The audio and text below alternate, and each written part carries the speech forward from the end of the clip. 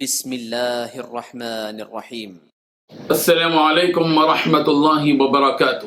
الحمدللہ وکفی وسلام علی عبادہ الذین اصطفی، اما بعد۔ حاضرین و ناظرین، یہ درس نمبر 1297 ہے اور آج سورہ انبیاء کی 4 آیتوں کی تلاوت کی جائے گی۔ آیت نمبر 64، 65، 66 اور 67، 64 to 67۔ چلیے سب سے پہلے 4 آیتوں کی تلاوت کرتے ہیں، لفظی ترجمے اور ترجمے کے بعد تشریح کرتے ہیں۔ اعوذ باللہ من الشیطان الرجیم، بسم اللہ الرحمن الرحیم۔ فرجعوا الى انفسهم فقالوا انکم انتم الظالمون ثم نکسوا على رؤوسهم لقد علمت ما هؤلاء ينطقون قال افتعبدون من دون الله ما لا ينفعكم شيئا ولا يضركم اف لكم وَلِمَا تَعْبُدُونَ مِن دُونِ اللَّهِ أَفَلَا تَعْقِلُونَ۔ صدق اللہ العظیم۔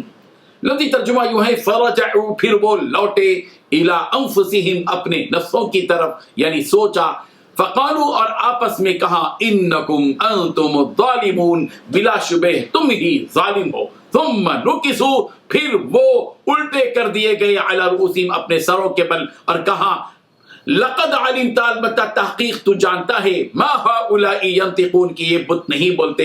قال، تو حضرت ابراہیم نے کہا، افتعبدون، کیا پھر تم عبادت کرتے ہو، من دون اللہ، اللہ کے سوا، ما، ان کی جو، لا ينفعكم شيئا، جو تمہیں کچھ بھی نفع نہیں دے سکتے، ولا يضركم، اور نہ ہی تمہیں نقصان دے سکتے ہیں۔ اف لکم، تف ہے تم پر، افسوس ہے تم پر، ولما، اور ان پر جن کی تعبدون تم عبادت کرتے ہو، من دون اللہ، اللہ کے سوا، افلا تعقلون، پھر بھی کیا تم عقل نہیں رکھتے۔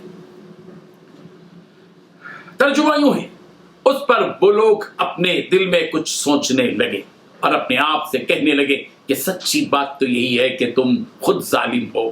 پھر انہوں نے اپنے سر جھکا لیے اور کہا، تمہیں تو معلوم ہی ہے ابراہیم کہ یہ بولتے نہیں ہیں۔ حضرت ابراہیم نے کہا، بھلا بتاؤ کہ کیا تم اللہ کو چھوڑ کر ایسی چیزوں کی عبادت کر رہے ہو جو تمہیں نہ کچھ فائدہ پہنچاتی ہیں اور نہ ہی نقصان؟ تف ہے تم پر بھی اور ان پر بھی جن کی تم اللہ کو چھوڑ کر عبادت کرتے ہو، بھلا کیا تمہیں اتنی بھی سمجھ نہیں؟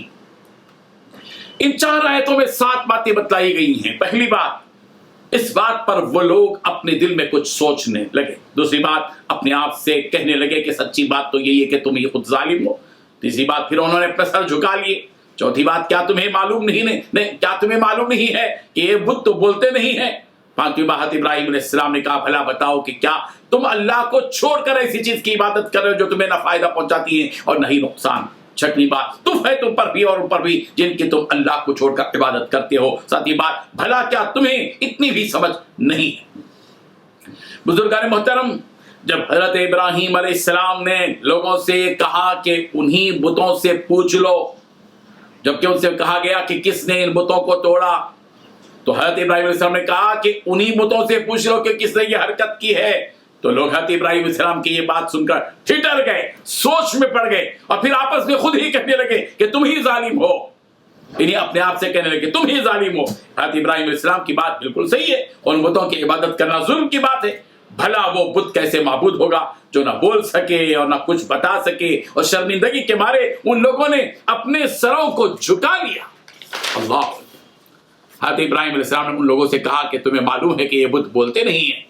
لوگوں کی زبانوں سے یہ بات خود بخود نکل گئی کہ ہاں یہ بت بولتے تو نہیں ہیں، تو حضرت ابراہیم علیہ السلام نے فوراً مواخذہ کیا اور فرمایا کہ پھر تم کیوں اس چیز کی عبادت کرتے ہو جو تمہیں نہ نفع دے سکے نہ نقصان پہنچا سکے؟ تم ہے تم پر کہ تم ایسی چیزوں کی عبادت کرتے ہو اور زمین و آسمان کے حقیقی خالق اور مالک کو چھوڑ دیتے ہو۔ کیا تمہیں اتنی بھی سمجھ نہیں ہے؟ آخر تم اتنی چھوٹی سی حقیقت کو کیوں نہیں سمجھ رہے ہو کہ یہ بے بس اور بے فائدہ بت تمہارے معبود کیسے ہو سکتے ہیں؟ حضرت ابراہیم علیہ السلام نے قوم سے یہی حقیقت سمجھائی کہ تم ایسے لچر اور بے حیثیت بتوں سے نفع کی امید رکھتے ہو جبکہ ان میں کسی کو نفع پہنچانے کی کوئی طاقت نہیں ہے، اور اگر تم ان بتوں سے ڈرتے ہو کہ اگر تم ان کی عبادت نہیں کرو گے تو وہ تم کو نقصان پہنچائیں گے، جبکہ یہ بت اس قدر بے حیثیت ہیں کہ ان میں کسی کو نقصان پہنچانے کی طاقت ہی نہیں ہے۔ اور پھر افسوس کا اظہار کیا کہ تم پر تف ہے اور تم اللہ کو چھوڑ کر جن کی عبادت کر رہے ہو ان پر بھی تف ہے اور تباہی اور بربادی ہے کہ تم نے حقیقی معبود کو چھوڑ دیا اور لچر قسم کے معبودوں کی عبادت میں لگ گئے۔ اللہ تبارک و تعالی ہم سب کو توحید پر قائم رکھے اور شرک سے ہم سب کی حفاظت فرمائے. آمین. وآخر دعوانا ان الحمدللہ رب العالمین.